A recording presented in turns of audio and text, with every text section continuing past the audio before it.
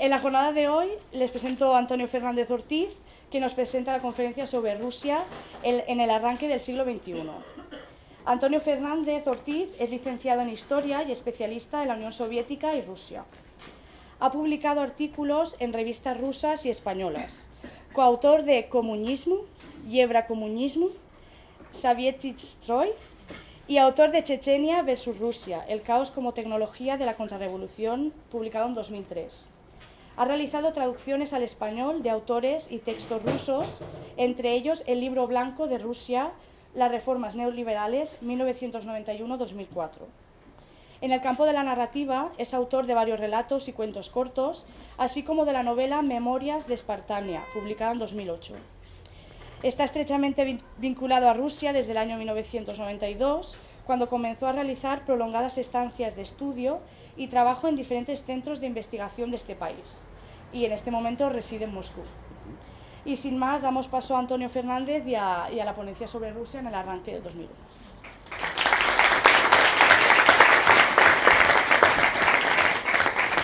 Bueno, en principio, daros las gracias por vuestra presencia y darle las gracias a los organizadores, Frente Cívico y demás organizaciones.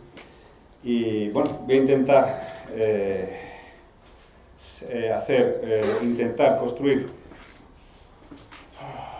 una explicación del sentido de Rusia en el contexto geopolítico actual, ¿no? En principio del siglo XXI. No obstante, para poder entender el papel de Rusia hoy día, vamos a tener que realizar una remontada histórica. Bueno, me habían pedido antes que explicara un poquitín, brevemente, cómo yo acabo en Rusia. En aquel momento era todavía la Unión Soviética. Voy a alejar un poco de esto. Lo hago brevemente porque ya lo he hecho en otra ocasión. De hecho, ya he estado aquí en Valencia un par de veces. Y siempre, bueno, siempre ha habido esa... Esto me pone nervioso, se acopla, ¿eh? Aquí se acopla, no sé, ahí abajo. Yo creo que lo voy a... Bajar el volumen, sí. Bajando el volumen. Es que si no, eso no te van a oír detrás, ¿eh? Claro, a ver el volumen. A ver, ¿me oís? Yo creo que sí me oís, ¿no? Ya levanto yo y bebo.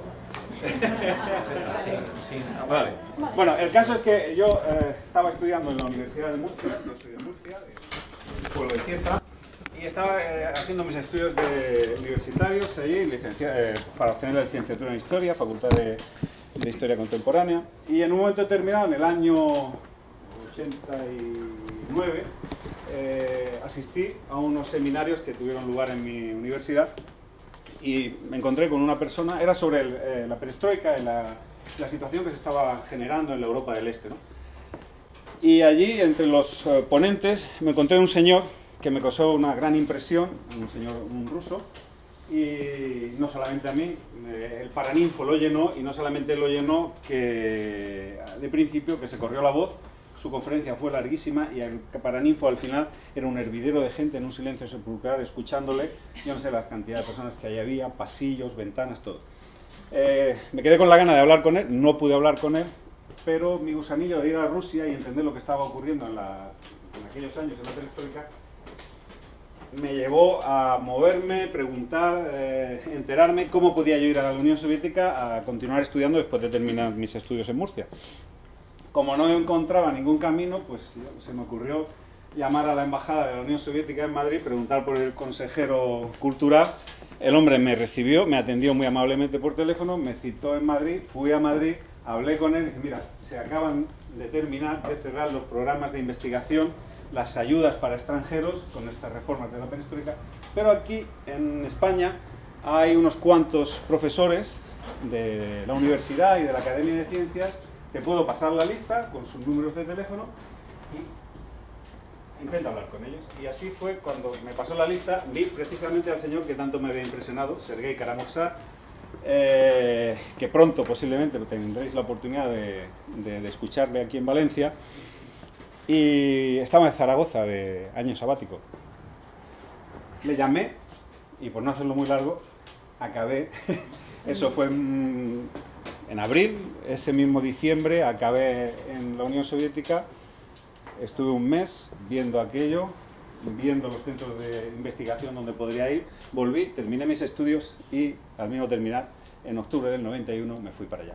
Estuve de manera intermitente yendo y viniendo, estuve trabajando en varios centros de investigación hasta que ya mi vida se estabilizó allí y al día de hoy sigo viviendo, trabajando allí en Moscú, en Rusia, y aprovecho siempre que puedo para venir a España, donde mantengo todos mis lazos familiares y de amistad y de todo este tipo de cosas. Dicho esto, pasamos al tema de la conferencia, ¿no? Hay una cosa que ha llamado bastante la atención. Cuando parecía que Rusia acababa de desaparecer del panorama geopolítico y que había dejado de ser una potencia internacional, mundial, se había convertido como mucho en una potencia de carácter regional, de pronto, en una maniobra, aunque llevamos un par de años con maniobras bastante brillantes, por un lado se recupera el territorio de Crimea, territorio ruso desde siempre prácticamente, con una estrecha vinculación al Estado ruso, y por otro lado, en un momento determinado, aparecen unos aviones, unos cazas bombarderos en el territorio de Siria, luchando contra el Estado Islámico. Y no solamente contra el Estado Islámico, sino contra los grupos y organizaciones que apoya Occidente para intentar derrocar al régimen de Siria, ¿no? Al gobierno de Siria. Y uno se pregunta, ¿por qué esa actuación de pronto de Rusia? ¿Qué le mueve a Rusia a ir a parar a Siria y bombardear y tratar de restablecer un determinado orden? ¿Qué es ese orden? ¿Qué significa ese orden? ¿Por qué hay qué poco conocemos nosotros este orden de Siria que tanto nos llama la atención que de pronto Rusia aparezca por ahí? Lo que ocurre en Siria, nos retrotraemos un poquito y lo tenemos que enlazar con las primaveras árabes. En un momento determinado, resulta que una serie, entre comillas, de revoluciones ponen en tela de juicio los estados nacionales árabes que se construyen después del proceso de descolonización de estos territorios, después de la construcción artificial de estos territorios, su constitución en estados, y sobre todo después de la Segunda Guerra Mundial. En este proceso de construcción de estados nacionales, vemos que no es un proceso nuevo, por ejemplo, en el mundo islámico árabe, porque anteriormente, en los años 50, hay un intento de construir un estado-nación secular en Irán, que lo hacen fracasar con una intervención militar y un golpe de estado, o no tan lejos, en los años 80, lo que ocurre en Afganistán, donde propició una intervención, en este caso directa, al estilo de los años 50 en Europa, en Hungría o en Checoslovaquia de la Unión Soviética. Pero si ampliamos un poco más nuestro campo de visión, vemos que Rusia actúa después de la Segunda Guerra Mundial, en este caso en forma de Unión Soviética, actúa de forma muy concreta y decisiva en la constitución de los estados nacionales de todos los territorios que son descolonizados o se independizan del capitalismo, del imperialismo central, europeo, y vemos que juega un papel determinante en la constitución del Estado chino, de Vietnam, en la constitución, como hemos dicho, de los países árabes, pero también de Corea, y por supuesto del África Negra. No podríamos entender la constitución, la aparición, la independencia siquiera de Angola, por ejemplo, o Mozambique, o la solución final que tuvo el régimen del apartheid en África del Sur sin la presencia de la Unión Soviética.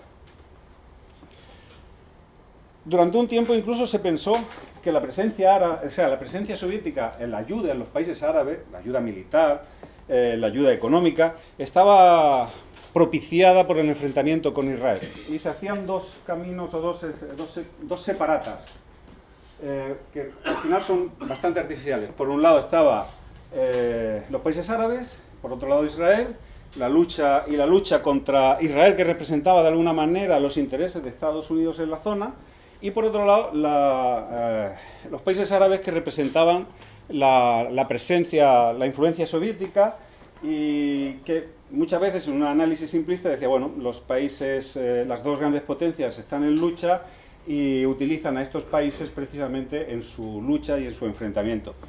Pero ese análisis partía también de un inicio erróneo, porque precisamente es la Unión Soviética quien está detrás, con su apoyo, de la constitución del Estado de Israel. Es decir, el Estado de Israel nace principalmente y sobre todo gracias a la ayuda soviética, y no solamente económica, sino militar y política. La decisión en la ONU se toma gracias a los votos de la Unión Soviética.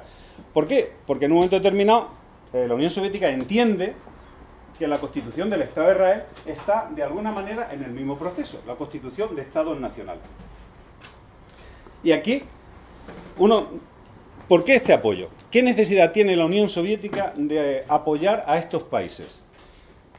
Y entonces es cuando vamos a tener que dar un salto importante en el tiempo y nos vamos a retrotraer al proceso revolucionario ruso, a la estructura social en Rusia, y vamos a prestar especial atención a un elemento fundamental, que es el campesinado ruso. Para dar una pincelada que podáis entender por qué utilizo esto, os voy a hablar de la liberación de los campesinos en la Rusia de 1861. Hasta ese momento, la estructura de la propiedad de la tierra es muy característica de los países con un feudalismo bastante desarrollado, aunque no es un feudalismo lo que hay en Rusia. Hay una clase aristocrática poderosa que tiene ingentes cantidades de tierra, hay un Estado y hay un zar que tiene también cantidades de tierra inmensas, y luego hay una cantidad de tierras que están administradas, organizadas y con una propiedad ambivalente no muy definida en manos de comunidades de campesinos. Es más, las propiedades de los aristócratas, incluso las propiedades del Estado, están, los campesinos que en ellas viven, que son siervos, están organizados a través de comunidades campesinas. Cuando en 1861 se decide la liberación de los siervos, se decide también liberarlos con las tierras. El problema es que para mitigar el supuesto perjuicio económico que va a suponer para las clases dominantes, para la aristocracia, se decide que los campesinos deberían de pagar un dinero por el pago, por la amortización de esas tierras. ¿Qué ocurre? Los campesinos no tienen dinero. No tienen dinero, hasta ese momento habían sido siervos, y además la economía rusa, la economía campesina, es una economía con muy poca circulación monetaria. No hay dinero para pagar eso, para pagar ese costo. Se da una prórroga de 9 años y el Estado entiende que a partir de esos 9 años los campesinos podrán comprar las tierras. Los campesinos no pueden comprar las tierras y el Estado ruso se hace cargo del pago de esos dineros a la aristocracia rusa. Pero propicia eso una situación de endeudamiento de los campesinos, porque la deuda no vence, sino que es el Estado ruso el que, al que tienen que pagarle esa deuda, lo cual genera una especie de impuesto o renta anual que los campesinos tienen que pagar en dinero al Estado ruso. Como la producción agrícola es tan baja, porque no hay ni técnica, incluso no hay ni fuerza animal en el campo ruso para hacer producir esas tierras, es decir, hay una gran cantidad, hay muy poca cantidad de animales, de caballos, de bestias, de tiro y de carga. La producción de los campesinos es tan baja que a veces la renta supone el 120, el 200 y en algunas zonas de Rusia el 280% de la producción real del campo. Y esto es un elemento fundamental en el discurso que vamos a desarrollar más adelante. ¿Qué es lo que obliga a los campesinos?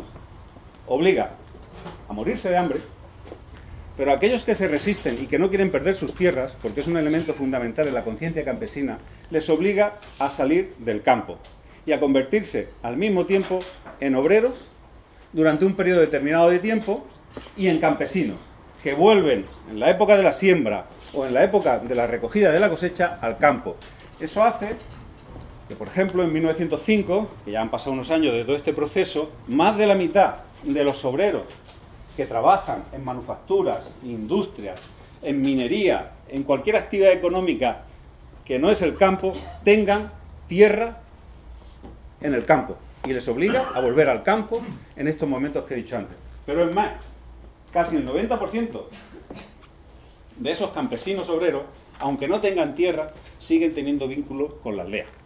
Tienen familiares o tienen vínculo con la comunidad campesina a la que pertenecían.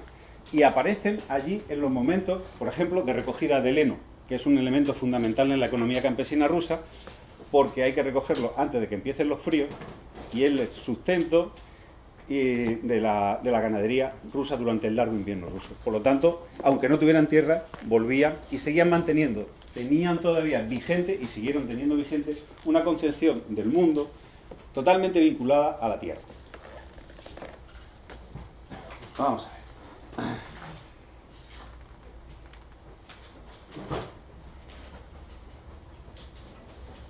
Hay un aspecto fundamental que yo quisiera resaltar para que entendierais un poco la situación de pobreza que genera esta situación y la desesperación de los campesinos. Una gran parte, casi en un estudio hecho precisamente por el ejército ruso, más del 60%, dependiendo de las regiones, o en otra un poco menos, el 40% de los chavales, de los jóvenes, de los quintos, para que nos entendamos, de los reclutas que acudían a incorporarse por primera vez al ejército ruso, no habían probado en su vida la carne. Las muertes que se producían en el campo, la mortandad que había en el campo ruso era muy elevada, porque, por dos motivos. Primero, cosechas reducidas. Por otro lado, como algunos campesinos, o muchos campesinos, querían vender ese trigo para conseguir moneda y ayudarse en el pago del impuesto para mantener las tierras, vendían el grano, todo el grano. Se quedaban con muy poco grano, y ese grano, que a veces era el de peor calidad, lo mezclaban con hierbas y conseguían una harina que fermentaba y que les producía dolencias, enfermedades del aparato digestivo, que al final acababan en muchos casos con enfermedades crónicas e incluso con la muerte. Además, en Rusia había un gran índice de mortalidad infantil por una serie de prácticas al mismo tiempo culturales que hacían que las madres alimentaran a sus hijos al mismo tiempo que le daban pecho con un pan que ellas mismas, con el pan que ellas mismas masticaban, y esa masa que hacían con la boca se la pasaban a los niños, donde a la ya mala calidad de esa harina con esas hierbas alimentaban la transmisión de las enfermedades que como adultos pudiesen tener. Eso daba unos índices elevadísimos de mortalidad infantil. La situación era tan desesperante para los campesinos que generó en ellos una necesidad de reivindicar ante el poder cuáles eran las condiciones en las que realmente querían vivir. Y de alguna manera, en ese proceso de reivindicación, empieza a aparecer una conciencia de clase que es única en la historia, porque hasta ese momento el campesinado en ningún sitio había tenido conciencia de clase. El campesinado se había expresado siempre en revoluciones improvisadas, en motines, en guerras campesinas, pero que no tenían ni un proyecto político, ni tenían un instrumento de participación política como era un partido. ¿Cómo empieza este proceso de maduración campesina? Es un proceso que coincide y que tiene diferentes orígenes. Tiene un origen popular, desde abajo, son las reuniones, asambleas de campesinos que se reúnen principalmente para exponer su situación de penuria y sus peticiones al poder. Pero hay una cuestión fundamental, y es que el derecho de petición colectiva en la legislación rusa imperial estaba absolutamente prohibido. No se podía transmitir una petición colectiva para el bien del común al poder, ya fuese este poder municipal, regional o estatal. Se podía hacer una petición individual. Estoy mal, necesito dinero, o lo que sea. ¿Qué ocurre? Que en el momento en que los campesinos se empiezan a reunir y empiezan a exponer en un documento sus peticiones, están cometiendo un acto de insurrección, de ilegalidad política. Los campesinos actúan la mayoría de las veces sin ninguna organización que los coordine, pero con el tiempo se produce un proceso a la inversa.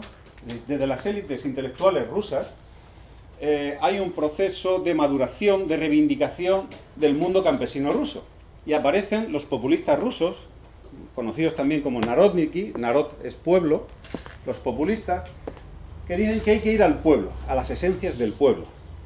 En esta confluencia surgen diferentes partidos, que tampoco voy a explicar excesivamente con detalle, porque no es el caso.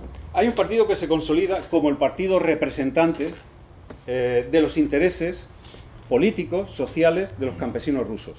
Es el partido de los socialistas revolucionarios. Ese partido, que tiene varios orígenes y que finalmente surge de la confluencia de diferentes partidos pequeños, es un partido que, aun conociendo la teoría marxista, aun conociendo los trabajos de los revolucionarios socialistas europeos, no llega a asumir definitivamente el marxismo. Reivindica más bien un socialismo de carácter campesino, pero no ve precisamente en el desarrollo de la comuna campesina y en el desarrollo del mundo campesino el futuro de Rusia. No ve, sin embargo, un camino a través de la industrialización, a través de la modernización, un camino de desarrollo para Rusia. Los campesinos, apoyados por este partido, consiguen transmitir a la Duma, al gobierno, al zar, una cantidad ingente de estos mandatos campesinos, así se llaman, mandatos campesinos, los cuales principalmente se pedía educación para los hijos, se pedía privatización, que se acabara con la privatización, y se pedía fundamentalmente que al acabar con la privatización se produjese la nacionalización de la tierra. La tierra rusa era sagrada en su concepción del mundo y no podía ser privada y no podía convertirse en mercancía susceptible de ser comprada y de ser vendida. Por lo tanto, tenía que ser un bien nacional al alcance de todos los ciudadanos, de todos los habitantes de Rusia, principalmente del mundo campesino.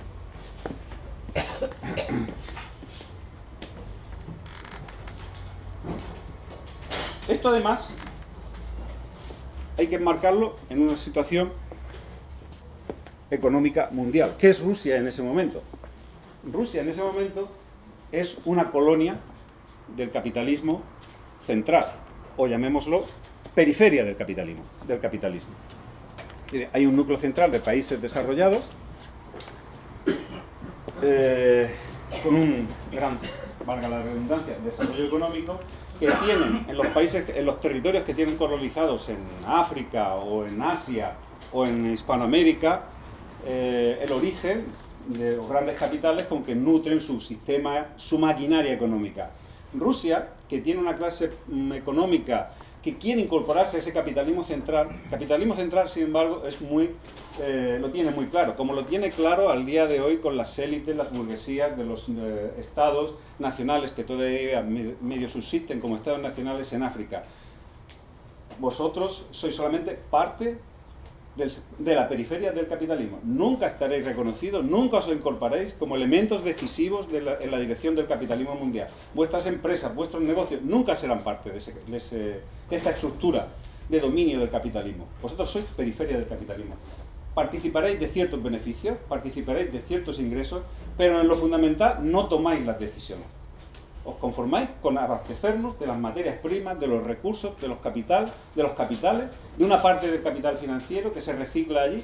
Os conformaréis con eso, pero nada más. Esa es la situación en la que se encuentra Rusia. Pero el capitalismo ruso quiere desarrollarse más y se encuentra con que no tiene cómo. Uno de los elementos que ellos consideran que son fundamentales para su desarrollo son dos. Uno, el comercio de las materias primas y de los productos agrícolas, en este caso el trigo, lo que redunda fundamentalmente en la pobreza de los campesinos. Y otro elemento básico es la privatización de las tierras. Convertir las tierras en mercancía. Y de esta manera ponerlas en venta y generar una circulación monetaria fundamental para la industrialización del país. Pero esto genera un gran choque precisamente con la mayoría de la población. con ese 90% que hemos dicho que son campesinos y que consideran, como han expresado en sus mandatos, que la tierra ha de ser propiedad nacional y no puede ser privatizada. Ante ese dilema, que el sociólogo Max Weber, que visita Rusia y que se empeña en aprender ruso precisamente para entender qué es lo que está pasando allí, dice que Rusia está inmersa en un círculo viciado del que no puede salir. No puede salir en los marcos de la teoría política del momento. ¿Por qué?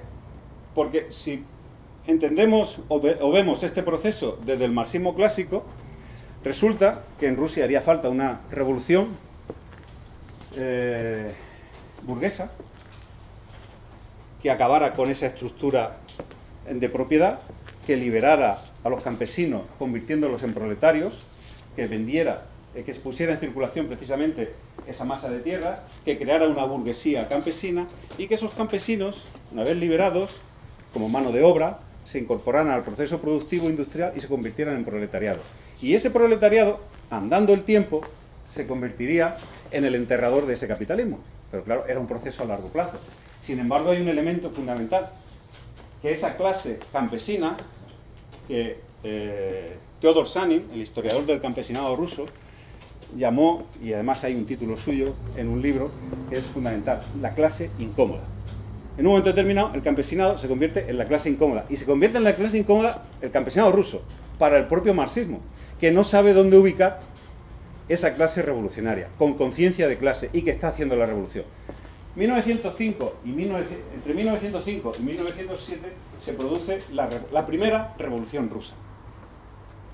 Y en ese momento es cuando se produce un cisma importante en la comprensión de ese proceso dentro de la propia socialdemocracia rusa.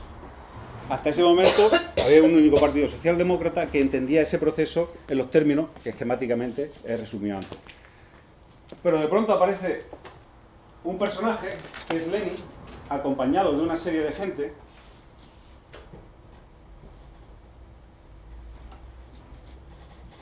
que entiende que hay que darle una salida al problema del campesinado, que no es una clase incómoda, que es una clase revolucionaria, y que esa clase revolucionaria en un momento determinado puede convertirse no en la compañía del proletariado para hacer la revolución, sino realmente en la protagonista, en el sujeto revolucionario, y que realmente en el caso de Rusia ese proletariado es el que va a acompañar al proceso revolucionario.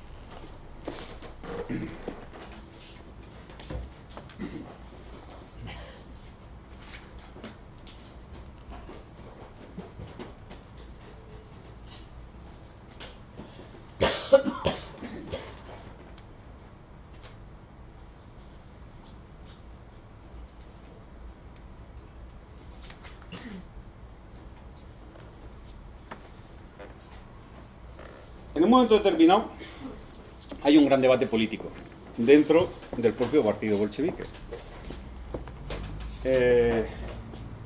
A tal manera que el partido se fracciona, como muchos conoceréis. Aparecen por un lado los mencheviques, que son la esencia, digamos, marxista, revolucionaria marxista, que entiende que la revolución ha de ser hecha por la clase trabajadora. Pero a consecuencia de la revolución de 1906-1907, donde el campesinado ahí ya se expresa como sujeto revolucionario y además sabe organizarse a través de un partido, lo cual le da continuidad a la lucha, le da un programa político, Lenin entiende que hay que incorporar al campesinado en la revolución, a la revolución, y que hay que darle ese protagonismo. Durante estos años previos a 1917 hay un gran desarrollo teórico-intelectual, un gran debate intelectual que se produce en Rusia y que es poco conocido, porque además los bolcheviques, que siguen siendo una fracción dentro del Partido Socialdemócrata, es decir, no se van del Partido Socialdemócrata, incorporan a su bagaje intelectual, a su bagaje teórico, todos los adelantos que en el mundo de la ciencia, en el mundo de la filosofía se están produciendo, los sacan de la universidad y son capaces de llevárselo al debate político de partido y al debate político de la revolución. En vez de tener por un lado, la universidad que se desarrolla, el mundo científico que se desarrolla en su camino, en su vector, al margen del proceso revolucionario, ellos lo que hacen es sacar ese debate. Y hablan y escriben sobre ciencia, hablan y escriben sobre filosofía, sobre cine y sobre arte. Y lo hacen desde el propio partido. Eso hace que una serie de gente, de trabajadores, que están viviendo en la ciudad y que, como decía antes, volvían al campo, asuman en las lecturas partidarias, en las lecturas de los documentos de partido, de las publicaciones de partido, de los periódicos, de las revistas, asuman un tipo de conocimiento, llamémoslo, de procedencia occidental, una concepción del mundo a través de la ciencia que es heredera de la Ilustración europea y de la revolución científica europea, y lo incorporan a su otra cosmovisión, concepción del mundo totalmente campesina. Y ahí se produce un híbrido muy interesante. Porque ese sujeto revolucionario, esos campesinos, cuando llega el año 1917, muchos de ellos jóvenes que están en la guerra imperialista, defendiendo los intereses del zar y de las clases económicas de la aristocracia rusa, ya tienen un conocimiento teórico que no es el típico de los trabajadores, de los campesinos, ni tan siquiera de los trabajadores, precisamente por la riqueza del debate que se produce en el seno no solamente del partido bolchevique, sino de las organizaciones que, aun no siendo socialdemócratas, sí están empeñadas en encontrar un camino de modernización, porque en Rusia no es tanto un camino hacia la revolución como un camino hacia la modernización. Y hay otro debate también muy importante, que es ¿cuál es el camino que tenemos que coger? Por un lado están los que defienden la corriente histórica de desarrollo propia de Rusia, y por otros los que pretenden la incorporación del mundo, de la ciencia, de la filosofía, de Occidente, incluso de los adelantos para ellos, entre comillas, que suponen el capitalismo occidental.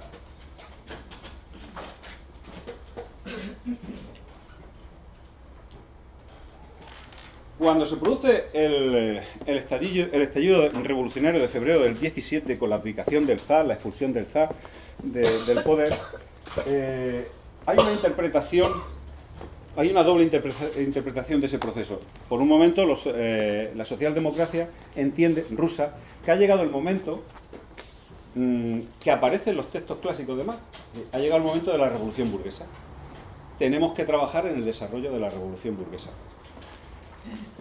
Ahora los campesinos se van a liberar, se van a convertir en mano de obra, van a dejar sus tierras y vamos a construir una clase obrera, un proletariado que dentro de unos años va a acabar con este capitalismo. Se meten incluso los bolcheviques, forman parte del gobierno provisional, con los socialistas revolucionarios. Y durante unos meses tratan de reconducir ese momento revolucionario a la consolidación de una Rusia burguesa. Ese es su objetivo revolucionario, el objetivo revolucionario de los bolcheviques. Ir fase por fase, paso a paso, según ellos interpretan que están en los textos de Marx. ¿Qué ocurre? Que aparece Lenin, aparecen los bolcheviques y dice, no, es el momento de que los campesinos se incorporen a la revolución. ¿Cómo se incorporan a la revolución los campesinos? Hasta ese momento, los mandatos que habíamos hablado antes, campesinos, eran conocidos, evidentemente, pero los partidos revolucionarios, como los socialdemócratas o los socialistas revolucionarios, no le dan la importancia que tienen. No asumen ese programa político del campesinado ruso.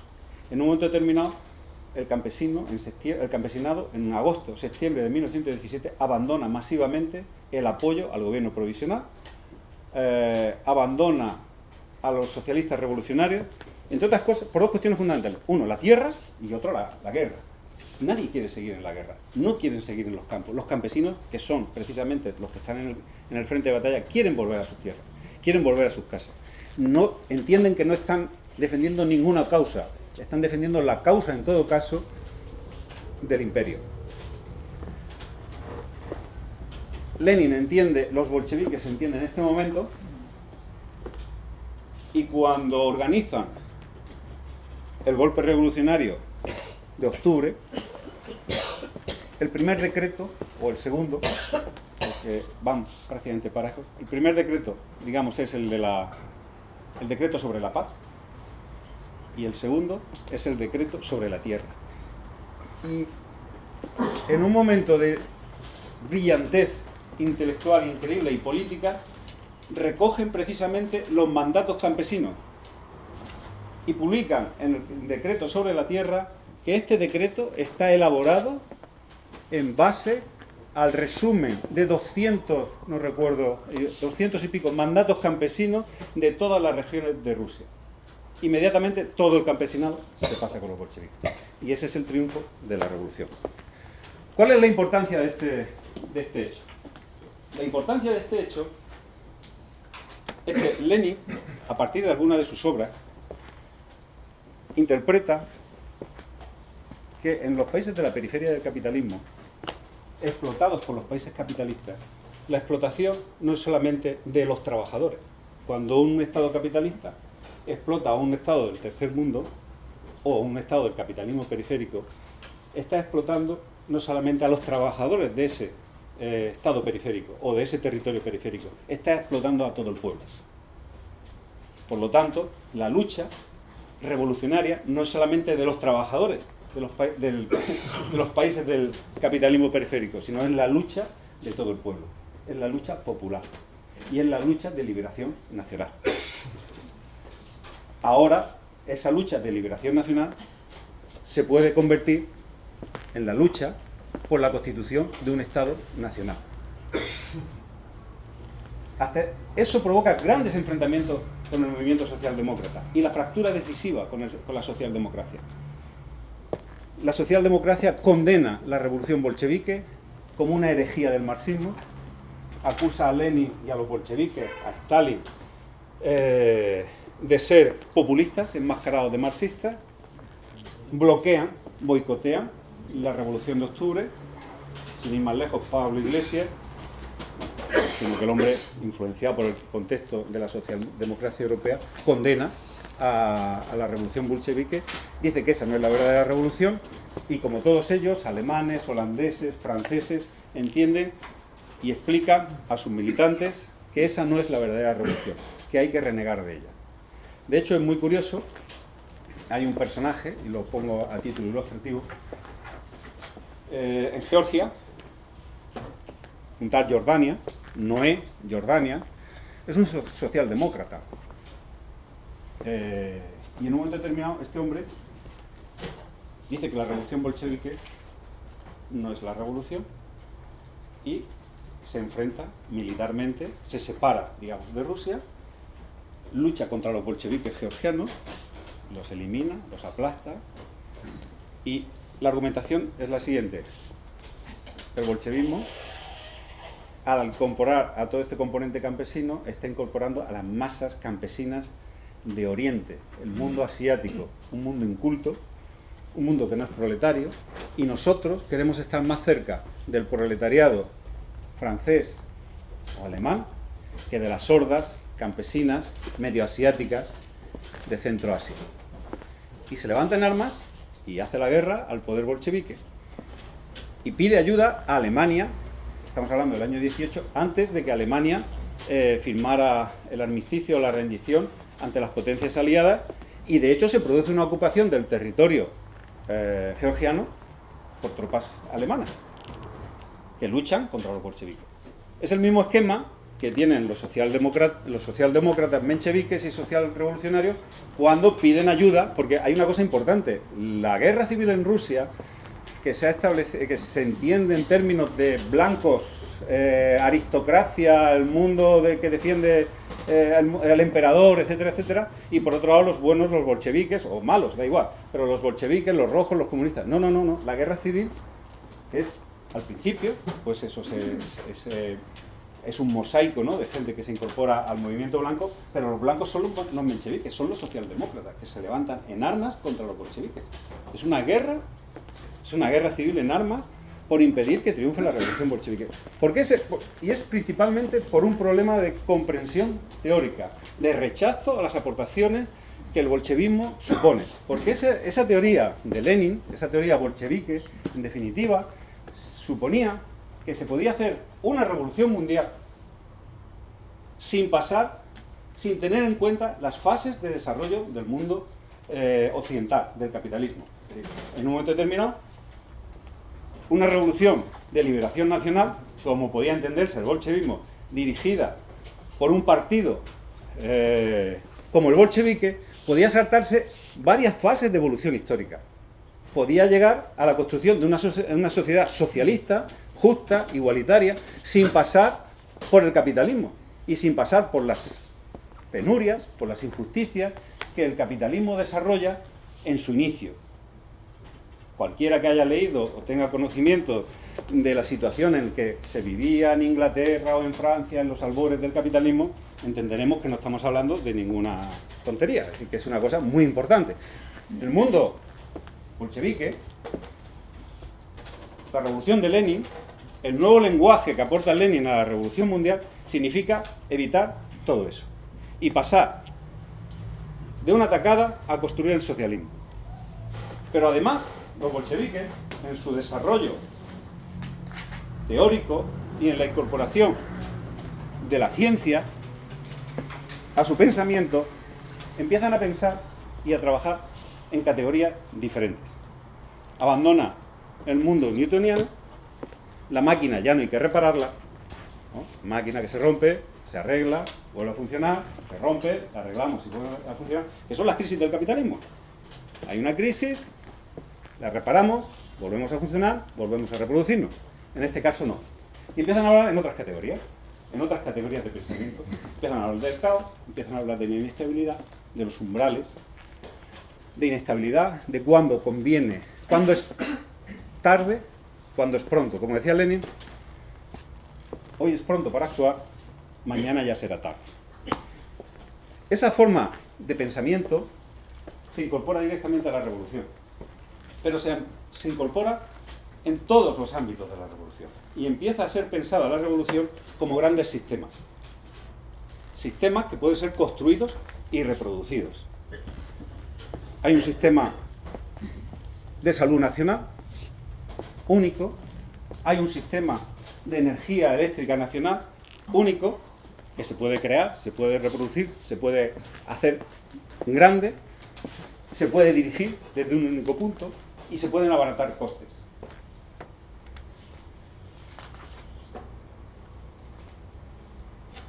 Pero hay una cuestión fundamental, y es que al hacer la revolución en un estado como el estado ruso, nos encontramos que es un estado multiétnico, donde al día de hoy todavía no está definido el componente étnico nacional. No está definido por las investigaciones que continuamente se hacen y determinados grupos étnicos que ellos se consideraban como al margen de otros o diferentes a los otros, al final se ha comprobado que son iguales, que son los mismos, que simplemente les diferencia la ubicación geográfica y la incomunicación a las que han estado sometidas en zonas de Siberia, de Centroasia. ¿Qué ocurre? Que al día de hoy, en lo que eran los antiguos territorios de la Unión Soviética, hay como 185, 190, 195, ya os digo que esto oscila, grupos étnicos diferentes. Para construir la Unión Soviética se ha de tener en cuenta precisamente estos estados étnico-nacionales. Y hay grupos étnicos de una amplitud o de una presencia territorial importante que se pueden constituir en repúblicas o en estados, digamos, administrativos, zonas administrativas bien definidas, que puede ser una república autónoma, que puede ser una república federal asociada, o que puede ser un estado de la Unión, una república de las que constituían la Unión Soviética. Una de las primeras cosas que hacen los bolcheviques es tratar de estructurar precisamente ese estado étnico-nacional, y definir claramente los perfiles territoriales, administrativos, políticos, culturales de cada grupo étnico y darle una presencia política en el contexto de la Unión Soviética.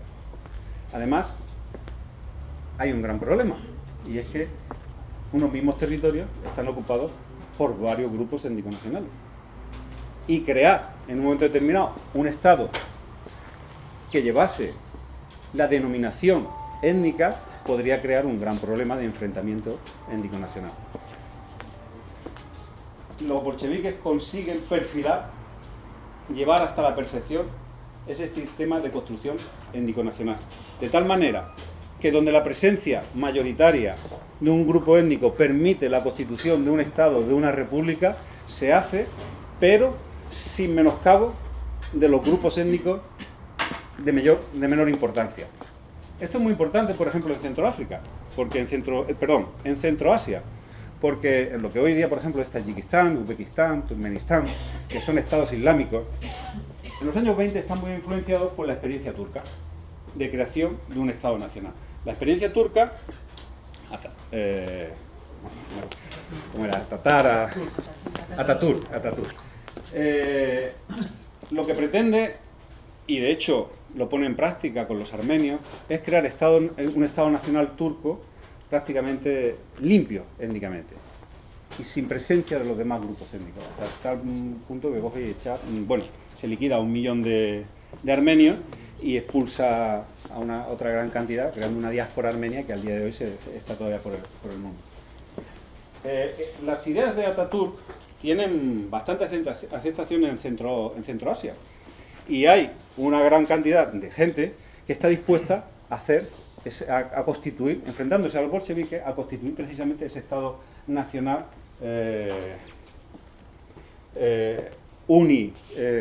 étnico, por llamarlo de alguna manera, en detrimento de la persecución, expulsión, eliminación de otros grupos. A eso se enfrentan precisamente los bolcheviques y consiguen precisamente establecer una concordia, una paz social, una especie de contrato entre estos determinados grupos étnicos y construir allí, con la aportación y la participación de todos ellos, estados soviéticos o repúblicas soviéticas, que se implican en esa construcción de una república socialista soviética de carácter euroasiático, que es lo que conocíamos como la URSS. Ese es uno de los elementos fundamentales para entender precisamente por dónde hemos empezado, la presencia de la Unión Soviética en el mundo árabe. Hay un ejemplo en Tayikistán, hoy día es un estado independiente, es un estado que en los años 20 no existía.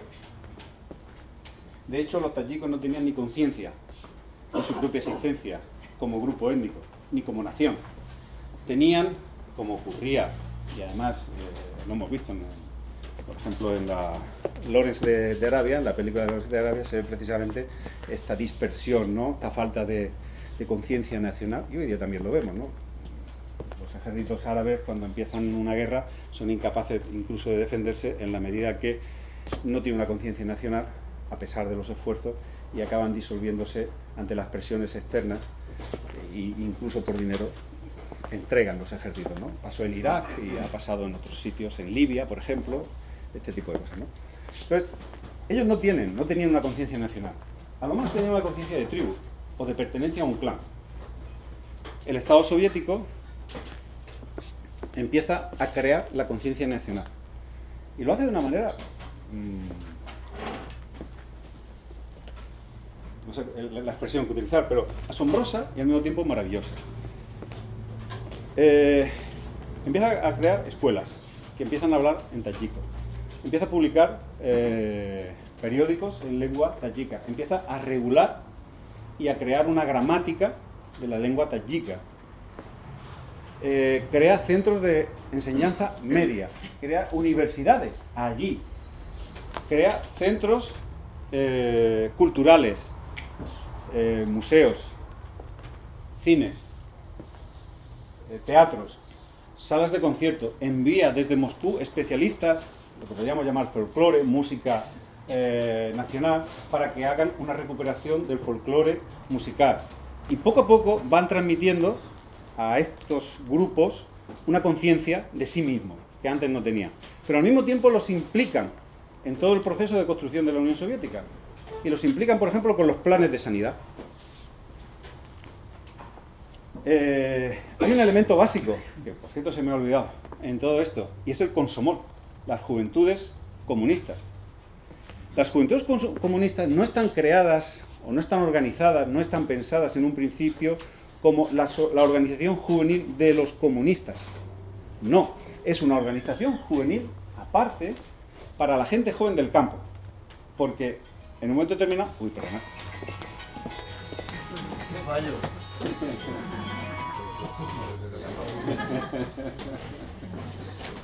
Es que lo tengo en selección.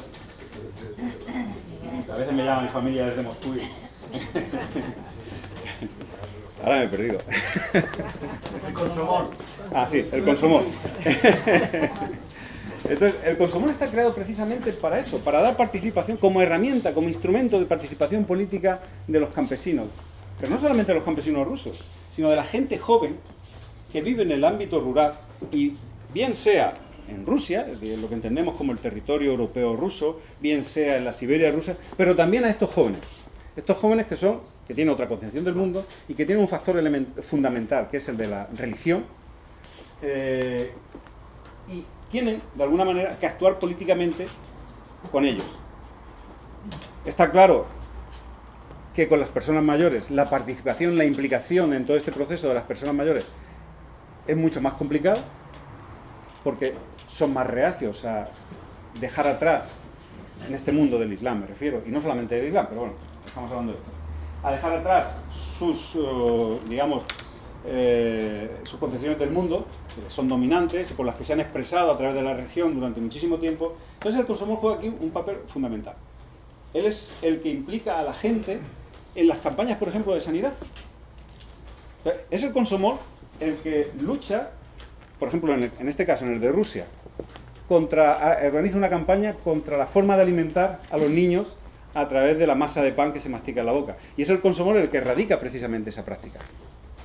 Pero el consomol además participa, por ejemplo, y en el caso de Tayikistán, de este territorio que luego se convierte en Tayikistán, en la creación de una red sanitaria, de prevención, de vacunación, sobre todo llevan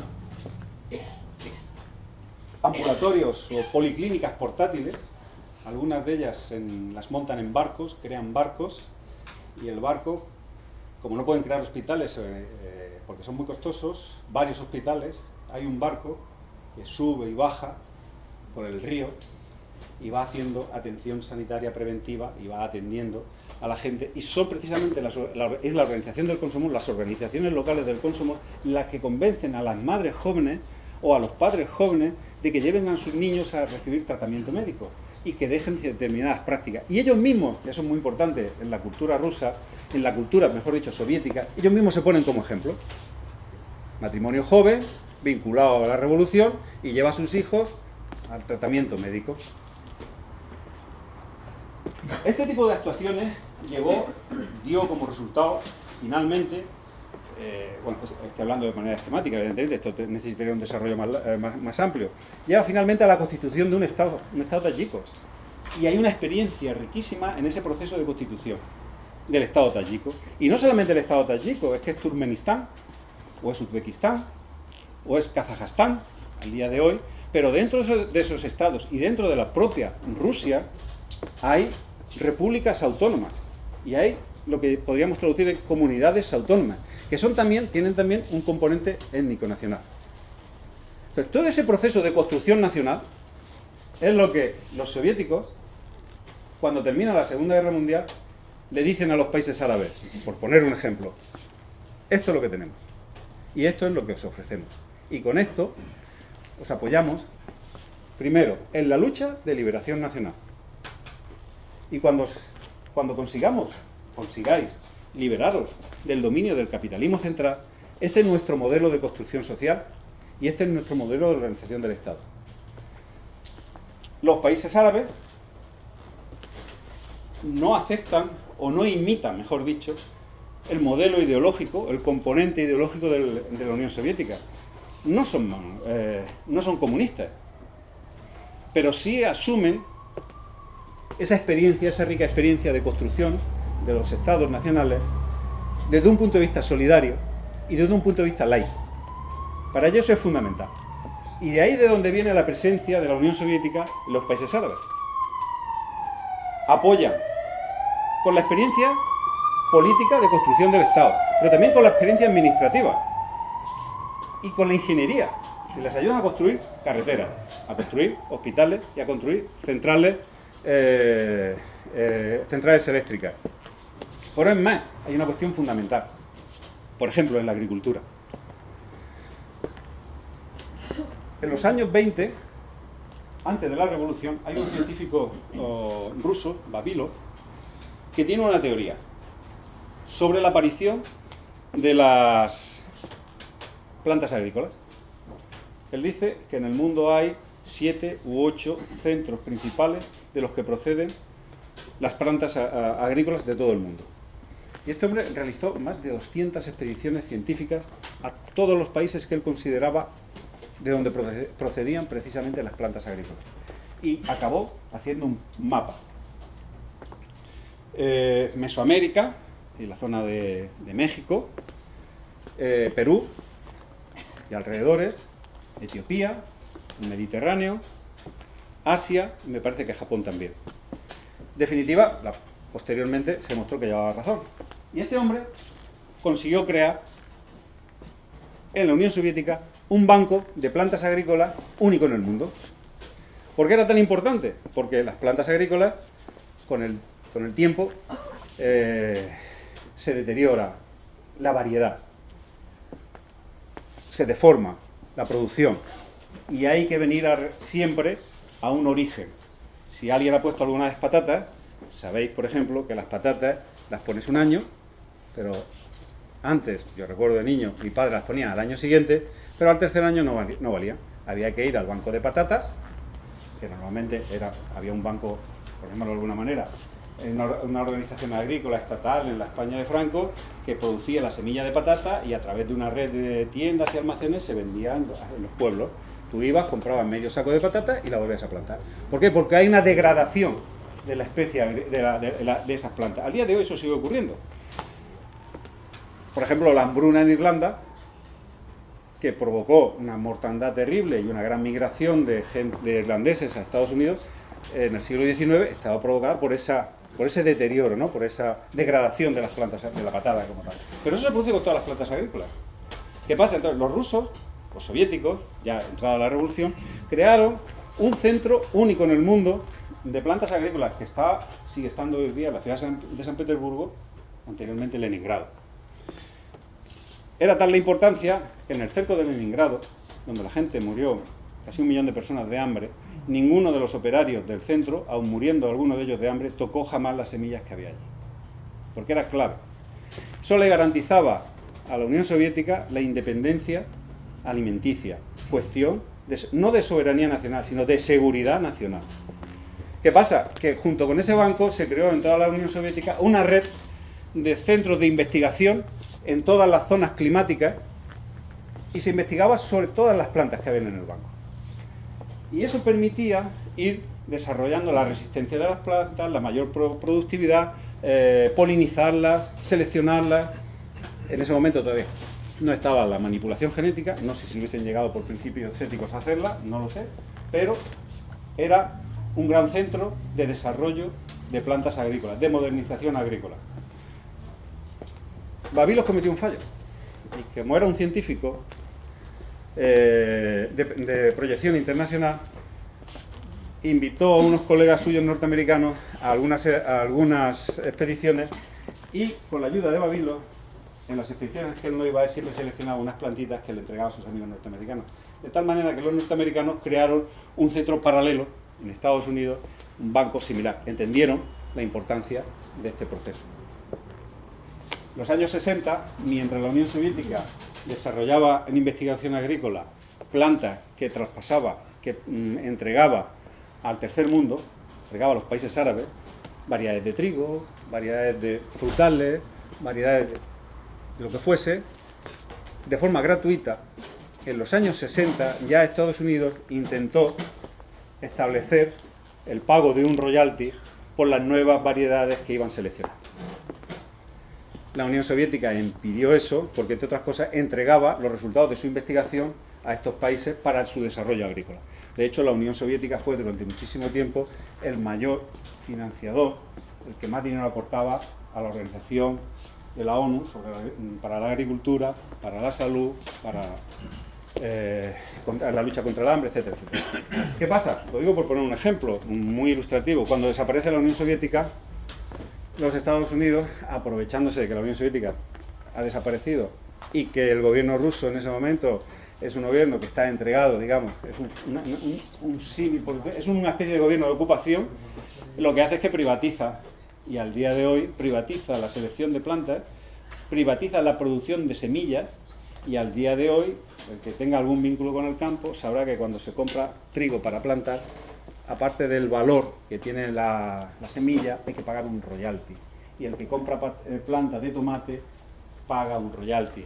Y el que planta un mandarino, o planta un melocotonero, o planta un albaricoquero, paga un royalty.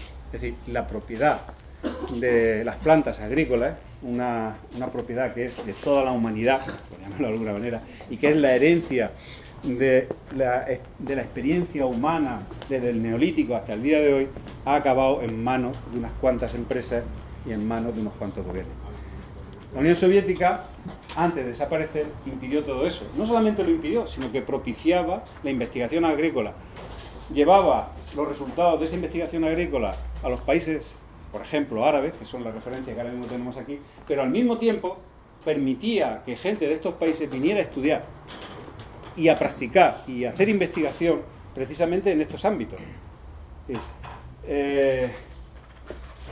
La influencia que tuvo la Unión Soviética para el desarrollo de estos Estados-naciones, de Libia, de Túnez, de Egipto, de Siria, de Irak, incluso de Irán en un principio, fundamental, es básica. Y esa es la geopolítica del momento y lo que explica la presencia de Rusia y la agresión que sufre estos países después de la desaparición de la Unión Soviética. ¿Qué es lo que ocurre? El Imperio Británico, Francia, cuando fuerzan la derrota del Imperio Otomano y la disolución del Imperio Otomano, consigue establecer de manera arbitraria una serie de fronteras que llevan en esencia el conflicto, porque no se hace teniendo en cuenta en ningún momento las divisiones étnicas de los territorios, sino que si tú aquí, los kurdos, pues no, le vamos a crear un problema para toda la vida a Siria, a Jordania, a Irak y a Turquía.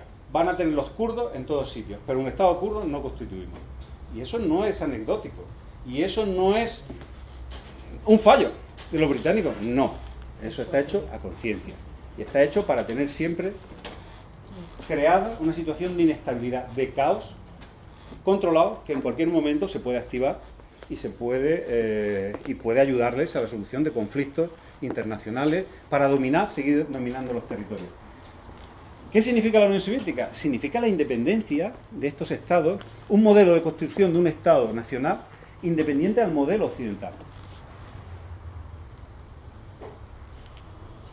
Es el intento de crear, en la época de la modernidad, un estado laico, independiente, que no se someta a los criterios de dominación del mundo del capitalismo central. Es decir, es la liberación de los países del capitalismo periférico.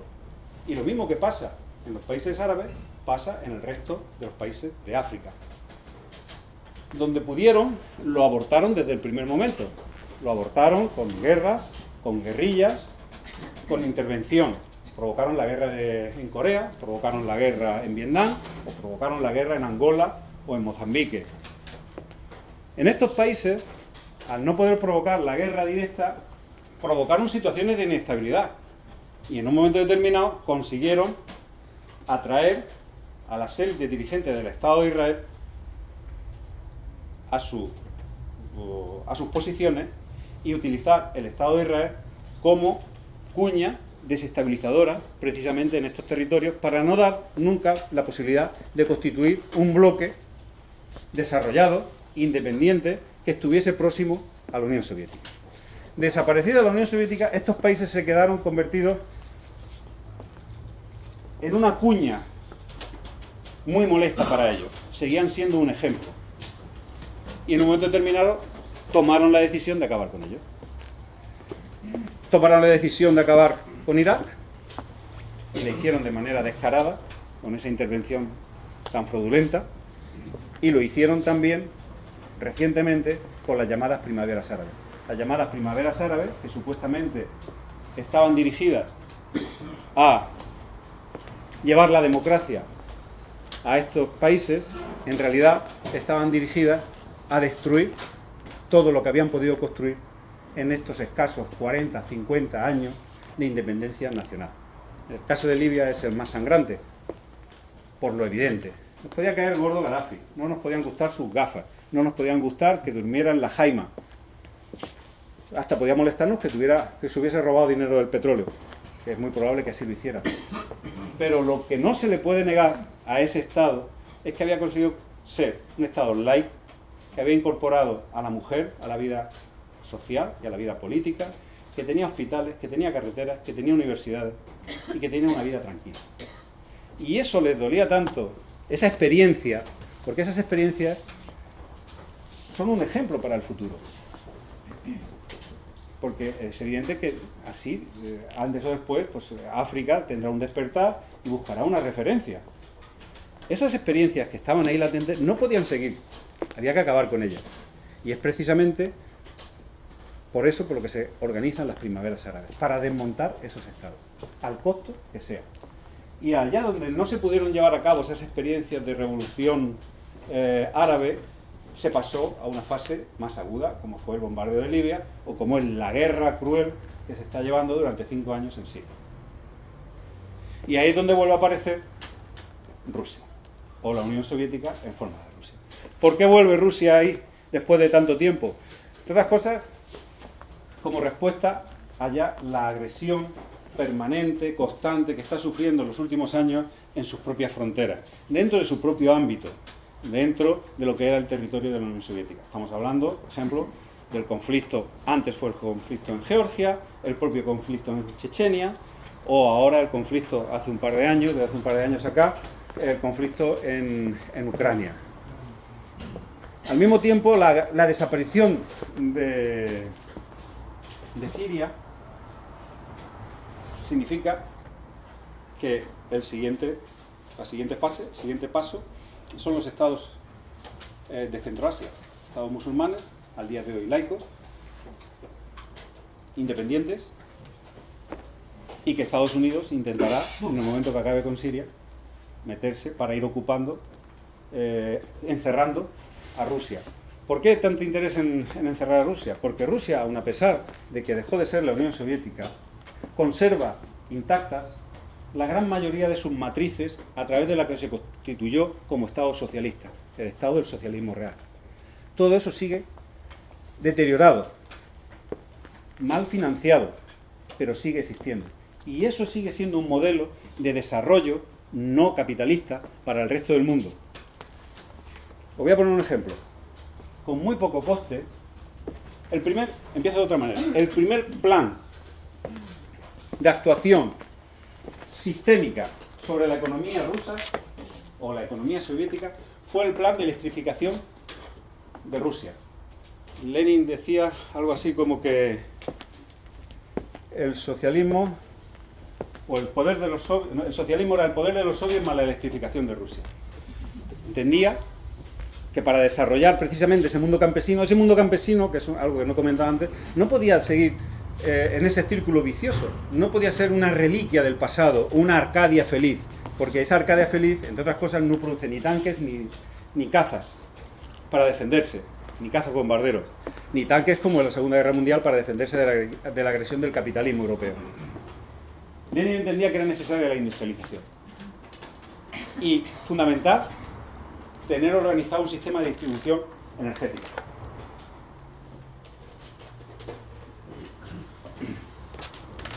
El sistema energético o eléctrico ruso empieza a construirse como islas, porque tenéis que entender que la Unión Soviética nos parece grande, pero es mucho más grande de lo que nos parece. Eso es inmenso. O sea, te puedes montar en el tren y vas un día y otro día y otro día y otro día y pierdes, porque a mí me ha pasado, pierdes la noción del tiempo, se te hace ya, si mantienes el reloj por curiosidad, la hora de Moscú ya es de día, bueno, es un caos, ¿no? Porque es inmenso, o sea, un caos para ti, ¿no? Digamos, el efecto que te produce. Es un país inmenso, son 8 o 9 usos horarios. Hay entre Moscú y Vladivostok, me parece que son 8.000 y pico kilómetros de distancia. Y cuando vuelo de aquí a Moscú, me parece que son 3.000 kilómetros, 3.000. O sea, en la República de Yakutia, por extensión, caben 6 veces España. 6 Españas caben por superficie. Es inmenso. Entonces, ¿qué ocurre? Que unir todo eso en un único sistema, en principio era muy complicado, muy costoso. ¿Qué es lo que hace la Unión Soviética? Pues empieza a crear islas energéticas para desarrollar polos industriales. Hasta que en un momento determinado, cuando termina la guerra y hay capacidad para ello, empiezan a unirse esos subsistemas energéticos en un único sistema energético nacional. De tal manera que, aprovechando la diferencia de usos horarios que se produce en Rusia o se producía en la Unión Soviética, la energía eléctrica iba concentrándose, que se produce en toda la Unión, iba concentrándose en esos, donde se tenía la necesidad diaria de su consumo.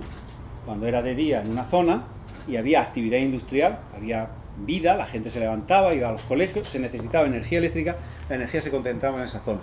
Y esa misma energía pasaba a la otra y a la otra. De tal manera que un sistema energético poco costoso, pero muy poco costoso, servía para abastecer de energía eléctrica a toda la Unión Soviética. Esos modelos de organización de la economía son los que hoy día, como matrices constitutivas del socialismo real, siguen todavía vigentes. Pero no solamente la propia estructura, sino la forma de construirla, la metodología, sigue vigente. Todavía entre la gente, los viejos, y no tan viejos, la gente que se dedica a trabajar en eso. Y eso, para el mundo del capitalismo, sigue siendo una amenaza. Aunque ahora mismo Rusia no es un Estado socialista, sigue teniendo en su seno todas esas matrices. Esos modelos de desarrollo que son válidos para nosotros y para el mundo del tercer mundo. O sea, para el mundo subdesarrollado, para el tercer mundo o los países del capitalismo periférico.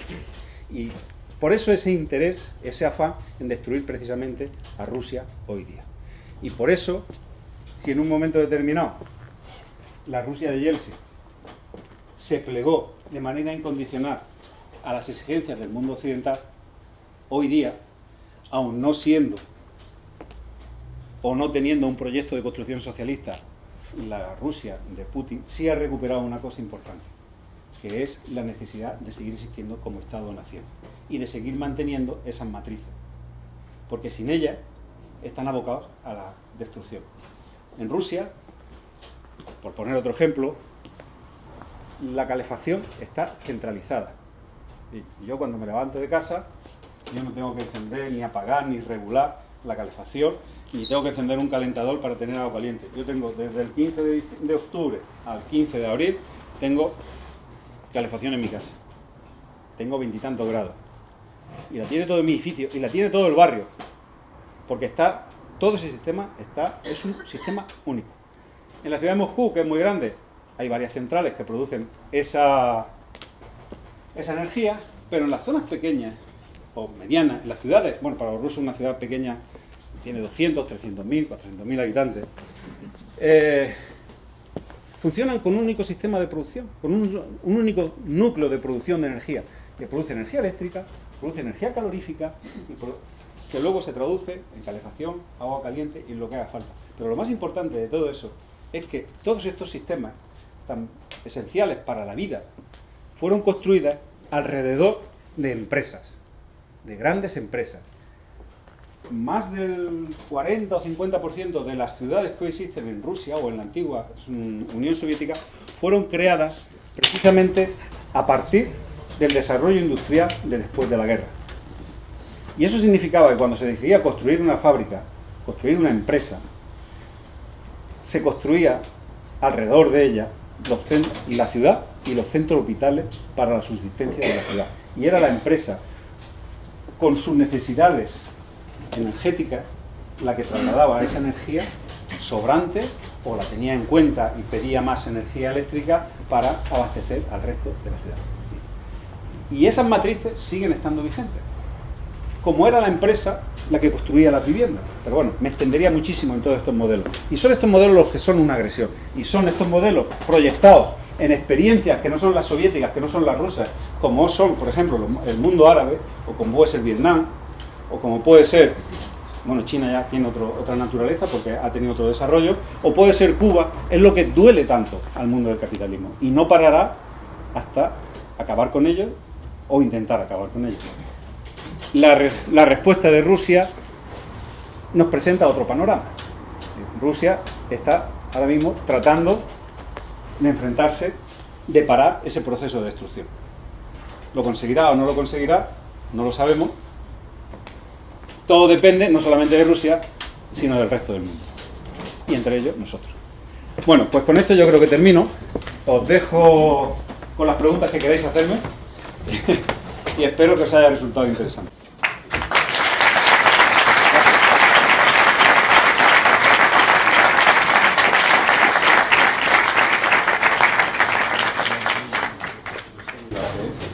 Bueno, nos queda media hora o un poquitín más. Son las 8:30, yo creo que nos queda como media hora de preguntas, o sea que con gusto podéis hacer las preguntas, o sea, podéis hacer las preguntas que queráis, que con gusto os respondo a ellas.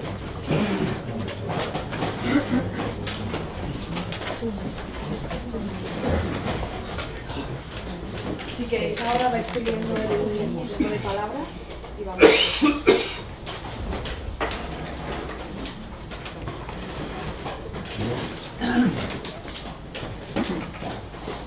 Bueno, buenas noches a todos. Hace poco tuvimos una conferencia de Nazarina Armanian, a la que asistimos también. Era profesora de la Unidad de Relaciones Internacionales y nos explicaba qué es lo que hacen los españoles. Esos españoles que tenemos en Irak, esos soldados españoles que tenemos en Irak, qué es lo que están haciendo allí. Aquí nos dicen los medios de comunicación que están construyendo escuelas, puentes, etcétera, etcétera. Esta profesora nos explicó con vídeos y diapositivas que lo que están haciendo allí es proteger un gasoducto de Irak para tratar de pasar del petróleo de Irak, que fue uno de los principales motivos también de la invasión de Irak, a mi entender, pasar por Siria ese petróleo y ese gas a Europa. También nos explicó que por el día lo protegen y hacen un kilómetro de gasoducto y al día siguiente el Daesh lo destruye y tiene que volver a empezar de nuevo. Quiero decir que aquí, y yo a mi entender, se juntan varias cosas. Hay una guerra económica, porque Rusia es un gran potencial en materias primas, en tecnología, etcétera, que es lo que le queda de la antigua Unión Soviética. Hay un hombre que no es Yeltsin, aquel se vendió por una botella de vodka, y da miedo. Rusia hoy da miedo porque le está parando los pies. Mi pregunta va dirigida a lo siguiente. ¿Piensas tú que hay una posibilidad de que haya una alianza, porque en la militar ya no existe el Pacto de Varsovia, aquello que nos decían que la OTAN se había hecho para defender del Pacto de Varsovia, se demostró que era una patraña? Pero si económicamente no hay un pacto asio-europeo, es decir, si no hay un pacto económico, una especie de TTIP del este, entre Rusia, China, etcétera, etcétera, si no se hace eso, o si se está haciendo eso, si no es eso lo que puede parar un poco esta oleada de invasión occidental hacia Rusia, que bueno, de continuar así van a acabar metiendo una base de la OTAN en la Plaza Roja. Espero que no. Esto no para. Sí, pero es que esto no para. Ahora ha sido Ucrania y luego serán las repúblicas islámicas, Azerbaiyán, etcétera.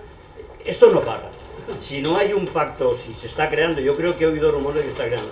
Si no hay un pacto, es posible que el avance occidental hacia Rusia, que es el enemigo en estos momentos, ¿no? Solo si con ese pacto se lo podrá parar o no. No sé, yo no te puedo decir. No sé si has entendido mi pregunta. Sí, te entiendo perfectamente. Vamos, yo creo que Rusia es lo suficientemente potente para poder defenderse, pero no solamente es una cuestión de potencia, yo creo que también es lo suficientemente hábil políticamente para defenderse, pero todo depende de de la propia Rusia, por decirlo de alguna manera. O sea, todo depende de la propia Rusia. Hay que tener en cuenta que Rusia y la élite dirigente, los grupos dirigentes en Rusia, no son grupos con una posición única, monolítica, frente a Occidente. Ese es el gran problema que tiene Rusia.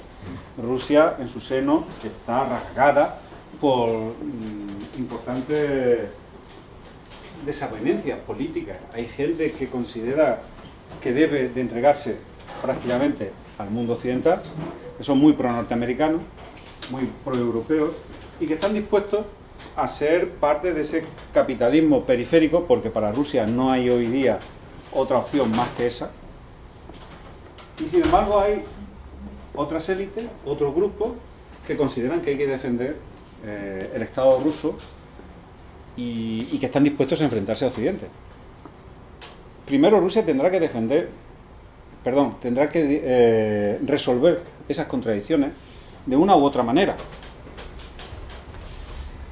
Como lo haga yo no lo sé, la lucha política está ahí, pero yo creo que si en un momento determinado eso lo resuelve, como en principio lo está resolviendo ahora, puede perfectamente hacer frente a Occidente. Evidentemente, vamos a ver, sin esas diferencias no se entiende lo que está pasando en Ucrania. Y Estados Unidos y el mundo occidental entienden perfectamente, conocen esas desavenencias. Y por eso intervienen. Por lo tanto, el gran problema para Rusia es definir cuál es su política, cuál es su posición, no solamente con respecto al mundo, sino para ella misma, su propio camino. Y en eso está. Por eso, en esa pregunta la respuesta está vinculada a lo que ocurre en Rusia. Si no, no hay alianza posible. Porque esa alianza, en un momento determinado, cuando se produzca un cambio político en la propia Rusia, que tenga otra visión geopolítica, cambiará de bando, cambiará de pacto. Y no les van a doler prendas a esa parte pro-norteamericana, al contrario, pro-occidental. Entonces, el problema está dentro de Rusia. Tenemos una palabra por aquí. ¿Sí? ¿Cuál es la estructura política hoy en día de partidos que hay en Rusia? Porque la visión que tenemos de aquí es que se hace una cosa totalmente diferente y toda la gente que había ha desaparecido. O sea, ¿cuál es la estructura de partidos políticos que pudieran tener una cierta similitud con los que hay en No hay partidos que se puedan parecer a los nuestros. Vamos a ver, hay una trayectoria o tradición política por llamarlo de la unanimidad, y que tiene que ver mucho con el mundo campesino, y que luego esas formas políticas se trasladaron, esa percepción de la política, de la toma de decisiones, se trasladaron luego al Partido Comunista y al Estado soviético. Entonces, la idea de la pluralidad de partidos allí no existe. Hoy día existe como una mera formalidad, y que incluso muchas veces son creados para que cumplan una función de cara al público occidental, prefiero.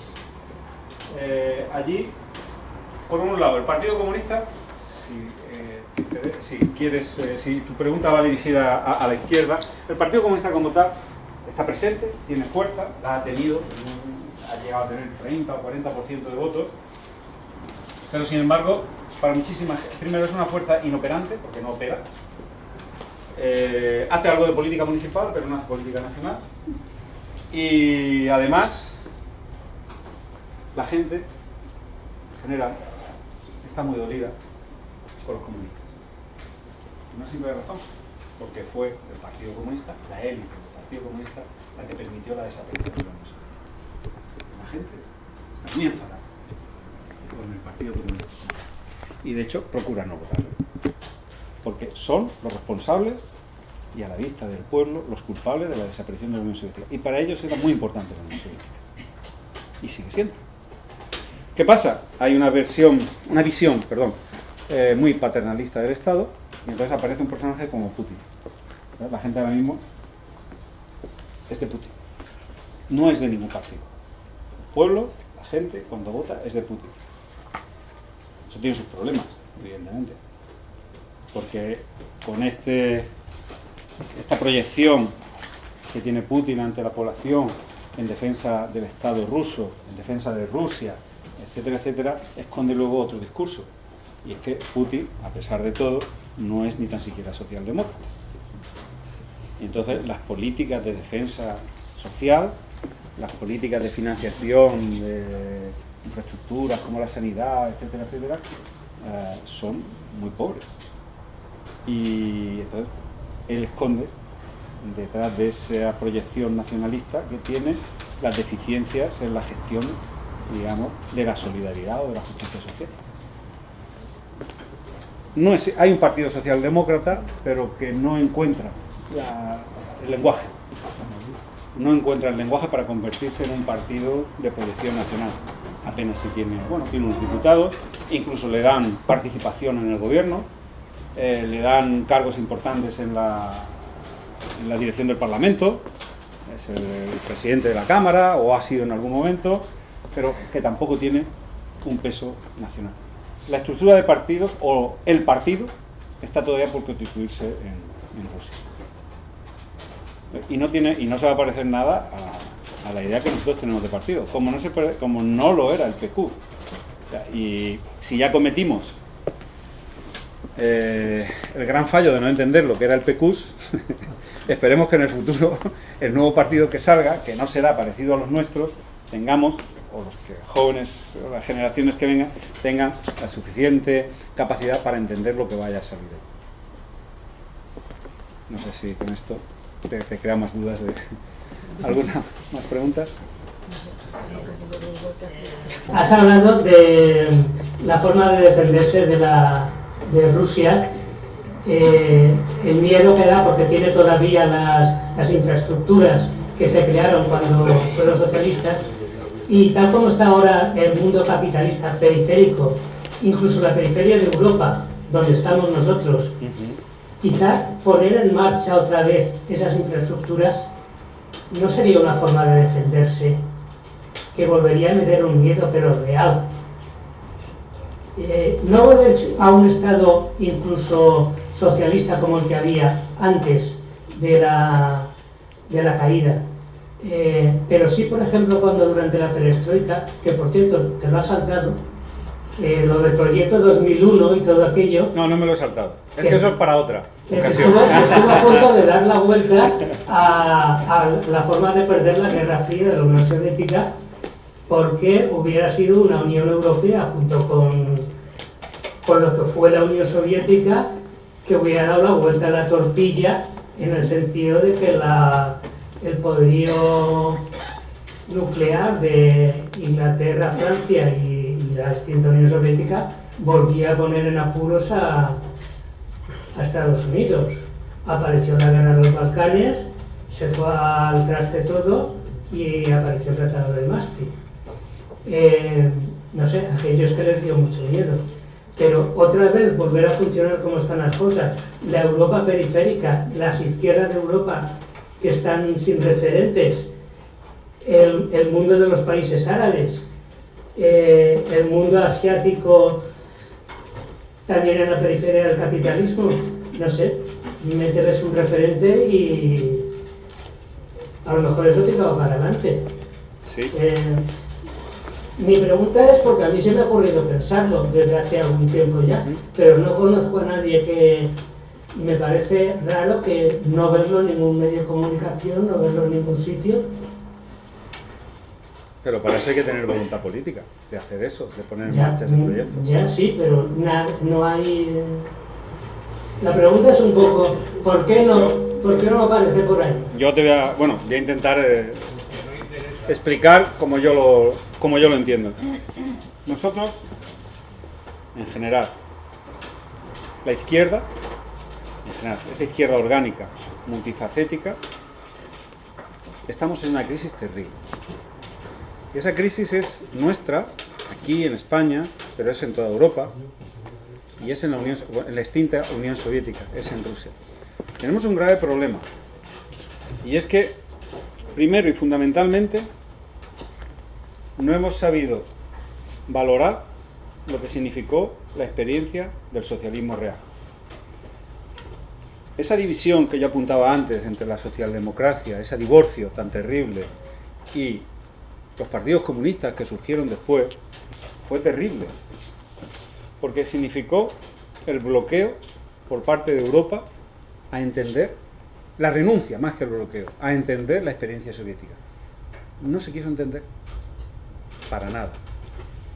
Los partidos comunistas, entre ellos el español, que encontraron en la Unión Soviética un aliado, tuvieron grandes problemas teóricos para entender lo que significaba la Unión Soviética. Había una comunicación intuitiva. Personajes como Pasionaria, o Ignacio Gallego, o incluso Lister, que tenían una procedencia muy popular, y en España sobre todo, con ese componente del mundo campesino, agrario, llamarlo de alguna manera, entendían de forma intuitiva algo de lo que estaba pasando en la Unión Soviética, pero no en sus formas políticas. Nunca fue elaborado por el comunismo occidental, por los partidos comunistas occidentales, una interpretación de la Unión Soviética. De tal manera que cuando viene el desencanto, propiciado por el propio debate de los partidos comunistas y por esa propia falta de comprensión, cuando en los años 60 los italianos empiezan a promover ese mundo del comunismo poliédrico, polifacético o multicéfalo, que tiene varias cabezas, que no tiene por qué depender de la Unión Soviética, esa reivindicación de esa independencia de la Unión Soviética, de ese comunismo soviético al que se tachaba de stalinista, llevaba implícita, aunque no se reconociera, la falta de comprensión de ese proceso. Y de aquellos lodos surgió el eurocomunismo. Y con el eurocomunismo la renuncia total a lo que representaba la Unión Soviética, pero sobre todo y fundamentalmente la renuncia a entenderlo. Puedo decir que al día de hoy, y esto es triste, me parece que soy el único español que está interpretando, trabajando sobre la Unión Soviética, sobre el conocimiento de los mecanismos, de la esencia, de la naturaleza de la Unión Soviética y de lo que representa. Soy el único español, no conozco. En la universidad hay gente que está trabajando, pero de pronto me aparece uno por allí y dice que está trabajando, que lo ha mandado un chico, que lo envía a su profesor para hablar, investigar sobre el renacimiento de la extrema derecha en Rusia. No, me parece muy bien, pero mira, no es esto lo importante son otras cosas, porque no sabemos lo que ha pasado ahí. Y ese es el problema de nuestra crisis ahora mismo ideológica, porque no tenemos ningún referente y no sabemos cómo actuar. Pero es que en la Unión Soviética pasa lo mismo, porque patéticamente, en un momento determinado, las nuevas generaciones ya urbanas acabaron no entendiendo cuál era el proceso que había tenido lugar en la propia Unión Soviética. Y esto le pasó a los jóvenes, hoy día ya, que protagonizaron y que apoyaron las manifestaciones, las transformaciones que llevaron a cabo durante la perestroika. Perdieron la capacidad de entender, y ahí fue un gran fallo de la Unión Soviética. No supo reproducir su propio sistema y su propia explicación de su pasado, de su génesis. Y cuando en un momento determinado ese comunismo campesino y ese lenguaje leninista de interpretar lo que había ocurrido se hizo ajeno para esas nuevas generaciones, acabó en el colapso de la Unión Soviética, porque no había manera de entender qué es lo que estaba pasando. Hoy día sigue ocurriendo. Y nosotros estamos inmersos en una crisis, en una terrible crisis teórica. No sabemos salir de ella, no sabemos encontrar. Y a veces nos enfrentamos en lo inmediato, o en lo visible, en lo aparente, en la forma que tiene que tener el partido-institución, que es el debate que tenemos ahora. Pero en el fondo, en el debate teórico, en el desarrollo teórico, en la construcción de un lenguaje teórico, no estamos haciendo nada.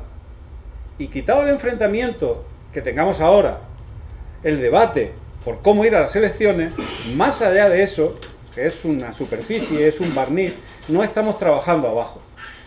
Y eso nos va a llevar a la derrota teórica. Podremos tener más, menos diputados, pero muchas veces no vamos a saber qué vamos a hacer con eso. Tendremos una idea coyuntural de cómo actuar y de que habrá que elevar las pensiones, pero no tendremos un proyecto general. Nos falta el idioma, la lengua con la que interpretar el pasado e interpretar el futuro. Y por eso, en la Unión Soviética, nadie se está planteando ahora mismo reactivar esas matrices que están ahí. Porque es que además no saben posiblemente ni cómo hacerlo. Y posiblemente ni tengan la necesidad, porque no saben. El problema es muy gordo. Tenemos la conciencia vuelta como un calcetín. Y hasta que no arreglemos la conciencia...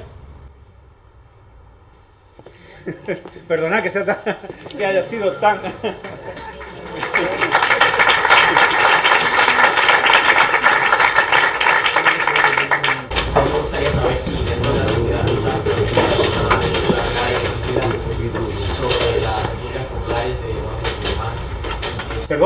repúblicas populares de... las que se forman en Ucrania. Ahora. Sí. Vale, vale. Si esa postura haría posible un apoyo más directo del gobierno.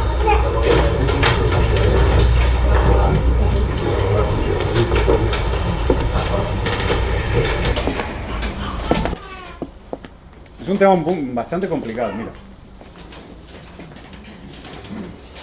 Las repúblicas populares que se han creado ahí es una improvisación hoy día. Es una improvisación porque el conflicto no es entre Rusia y Ucrania. No existe esa dicotomía. Y no existe Ucrania sin Rusia, ni Rusia existe sin Ucrania. Son dos partes de un mismo todo. ¿Entiendes? De tal manera que la gente en Rusia no está en contra de Ucrania. La gente en Rusia, la mayoría, la inmensa mayoría, están en contra de ese gobierno pro-occidental, títere, instrumento del capitalismo occidental, pero no en contra de Ucrania.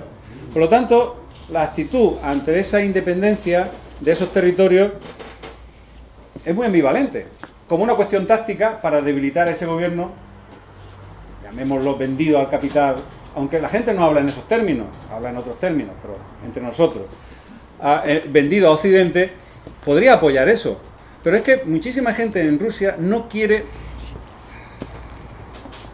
incrementar las hostilidades, el nivel de hostilidad con Ucrania, con el pueblo ucraniano, porque en definitiva eso lo que va a provocar es la fractura del mundo ruso. Entonces, esto es una situación transitoria. Nadie quiere ir allí con tanques a matar ucranianos, ni que los ucranianos maten rusos, porque eso sí que es el camino que quiere Occidente, el de la fractura. Ya no es una fractura política, sino sería una fractura mucho más importante. Cultural, ideológica y humana. Y eso cuesta mucho restablecer. Los rusos tienen una gran experiencia en el trabajo con las minorías o con mayorías, con los grupos étnico-nacionales, cuando los hay. Y creo que una de sus grandes herramientas es la paciencia. Yo creo que en el caso de Ucrania, independientemente de las pasiones del momento, están teniendo muchísima paciencia y creo que no la pierdan. Porque el momento que la pierdan, yo dudaría mucho de la sinceridad del gobierno o del político que tomara la decisión, por ejemplo, de invadir esos territorios, de propiciar la secesión completa de esos territorios. Porque a Rusia no le interesa una fractura en su propio seno. Y eso es el seno de la cultura rusa. Tened en cuenta que la Rus de Kiev, en el siglo IX y X, es la matriz, el origen de la cultura rusa. Pues Kiev y los territorios de alrededor son la matriz de la cultura rusa. Se produce después una migración rusa hacia los territorios del este. Por lo tanto, provocar es como una guerra civil. Entonces habrá que tener... Y una guerra civil se cierra luego con muchísima dificultad. No sé si entiendo, explico un poco. ¿Alguna? Creo que este señor quería hablar. Sí. Sí, creo que sí. Yo quería volver al tema que has tocado la pregunta anterior sobre las noticias rusas, sobre la forma de desarrollo económico que aún sobreviven de la... No se oye. Que, o sea, volviendo al tema de la última pregunta que has acabado, de la anterior, sobre esas matrices rusas, o esas formas de desarrollo económico que has explicado que aún perviven en Rusia de esa época del socialismo y que el capitalismo occidental quiere acabar con ellas, es si se ven amenazadas por las propias dinámicas del capitalismo interno ruso. Es decir, el capitalismo interno ruso, que imagino que también tendrá lógicas occidentales de mayor explotación de los recursos, aunque sea en detrimento de la sociedad rusa. Y es si se ven amenazados, y en el caso de que sí, si hay un sentimiento nacional ruso potente para hacerles frente o para no asumir una nueva perestroika, por decirlo de alguna forma, porque imagino que la perestroika también fue un duro golpe para la cultura popular rusa socialista. Si la amenaza está dentro de Rusia, vamos, por decirlo de alguna forma. Sí, ya comentaba antes que sí, que la respuesta, no la amenaza, la solución. La solución a esas contradicciones están dentro de la propia Rusia. Es que ese problema de la conciencia, de conciencia política, del que hablo antes, es que está muy presente en Rusia. Entonces, esas matrices se van a conservar, salvar, desarrollar, potenciar en la medida que la propia población quiera hacerlo. Para ellos es un trauma cuando eso se desmonta, evidentemente, pero no tienen los mecanismos políticos para paralizarlo.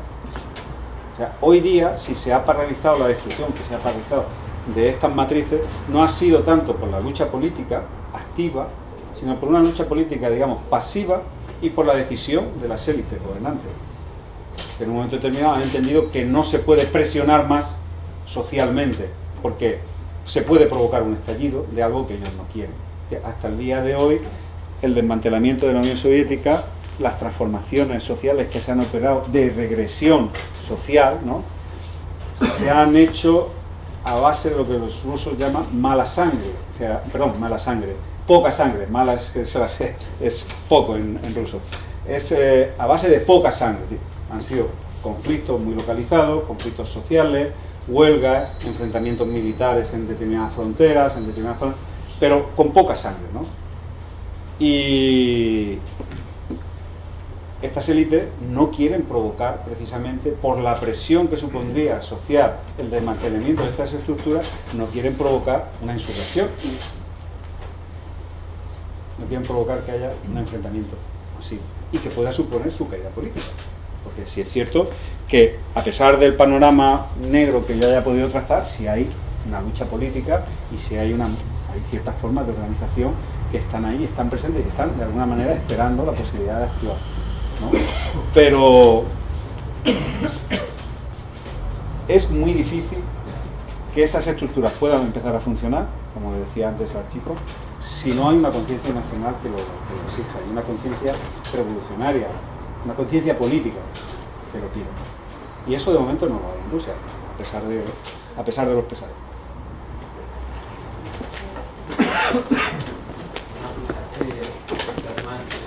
¿Sirven las campañas militares en Ucrania y en Siria para ayudar a la estabilidad del régimen de Rusia? O dicho de otra forma, las imágenes de los pilotos volviendo victoriosos de Siria sirven para tapar que, por ejemplo, el sueldo medio en Rusia se ha reducido a la mitad en un año.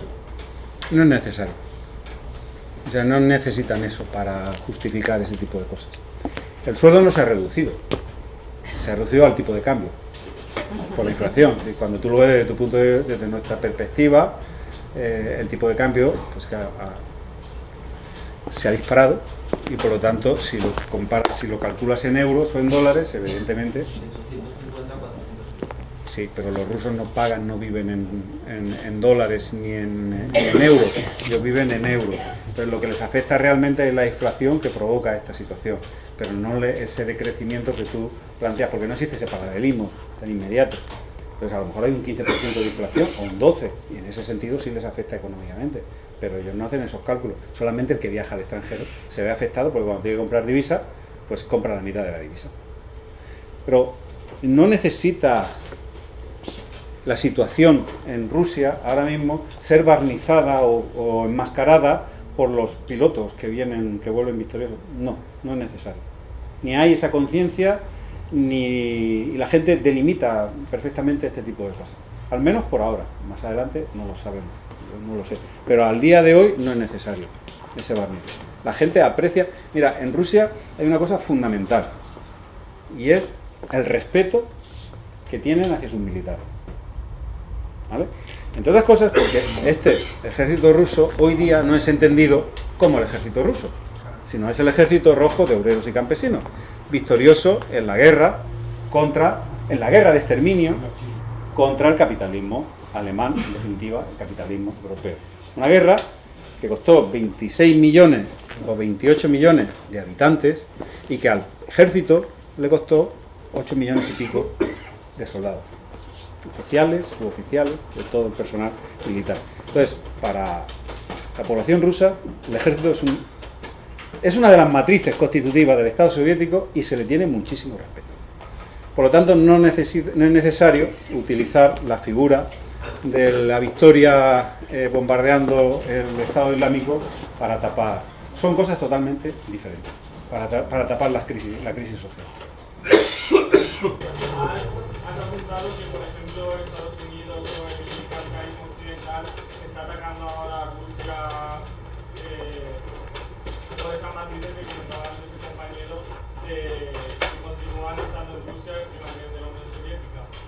Y yo quería preguntarte si ves también una razón de ese ataque, ya que Rusia sigue siendo, ahora mismo es un país capitalista, forma parte del capitalismo mundial. Si también puede ser motivo de ataque tanto de Occidente como de Estados Unidos, el choque de intereses económicos entre potencias imperialistas. Es decir, ¿y a cuál le ves más peso? ¿A cuál de esas dos razones le ves más peso? Perdón un momento, porque puedes repetir un poquitín, pero más sintetizada la pregunta. Disculpa, ¿eh? Pero... Sí, sí. A ver. Que antes has apuntado que una de las razones de ataque de Occidente y Sí. Estados Unidos hacia Rusia eran esas matrices que continuaban vivas de la Unión Soviética y que podían servir de ejemplo para el desarrollo futuro de... Vale, eso por un lado. Y yo te estoy preguntando si ves como motivo de este ataque también el choque de intereses económicos entre potencias imperialistas. Ok, ya te entiendo. E incluso con los intereses de la Rusia capitalista. Claro, claro. Vale, ahora ya te entiendo. ¿Cuál de los dos tiene más peso? Porque estabas apuntando que ese ataque, o sea, me ha parecido que ese ataque era solo para destruir esas matrices que tenía Rusia. Me parece que tiene también mucho peso el choque de intereses económicos en zonas también estratégicas, etcétera. Sí, evidentemente lo tiene. Es de gran importancia. Vamos a ver. No se entiende el ataque a...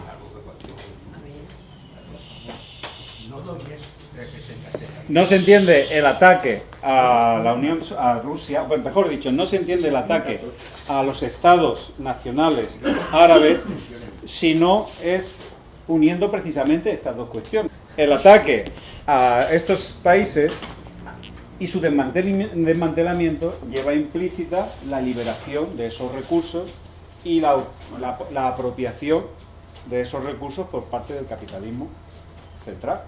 En ese caos organizado que hay en Irak o que hay en Libia, el petróleo sigue funcionando.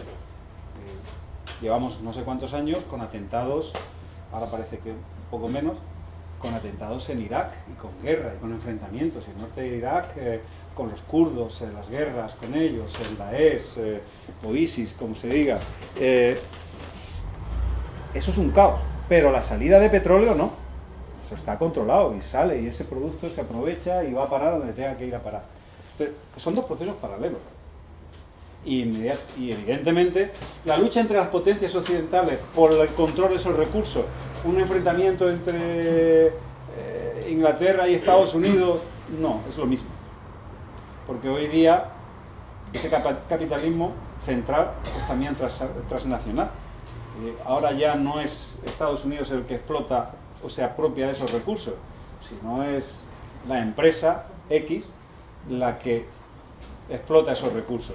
Y esa empresa X está penetrada por capital norteamericano, por capital belga, por capital noruego o capital sueco. Los noruegos y los suecos no aparecen como malos de la película porque ellos no envían portaaviones, pero son parte de esa explotación. Y no hay un conflicto entre ellos, porque ese conflicto está resuelto en los consejos de dirección y en la participación económica de esas grandes empresas. Entonces, eso quizá antes, cuando el capitalismo era más nacional y no había ese componente transnacional, ¿no? Y Rusia, pues, la presencia del capitalismo ruso en esos territorios, sí, realmente las empresas que están allí, por ejemplo en Irán, construyendo centrales nucleares, y que tanto problema creó, ¿no?, con Occidente la construcción de esas empresas, de esas centrales nucleares, sí, habían empresas rusas. Pero no son competencia económica realmente del capitalismo occidental. Las empresas rusas son parte de otro esquema, son también parte del capitalismo periférico. Excepto unas pocas, la mayoría de ellas son así. O están penetradas de capital transnacional, que son ya los propietarios, por ejemplo, de la gran planta de producción de níquel y cobre en el Círculo Polar Ártico, Norilsk, que se creó en la época soviética y que esta gente no tuvo, con mucho esfuerzo nacional, con mucho esfuerzo popular, como un proyecto de abastecimiento de la industria nacional y de independencia nacional, y la han entregado al capital transnacional. Entonces, ahí tampoco hay conflicto, porque los propietarios de Norilsk vuelven a ser los accionistas que están en Noruega, o están en Suecia, o están en Suiza, o están en Estados Unidos. No sé si con esto... Vale, ¿algo más o...? Bueno, si os parece, pues ahora cerramos aquí. Agradecer a todo el mundo que ha venido. Muchas gracias.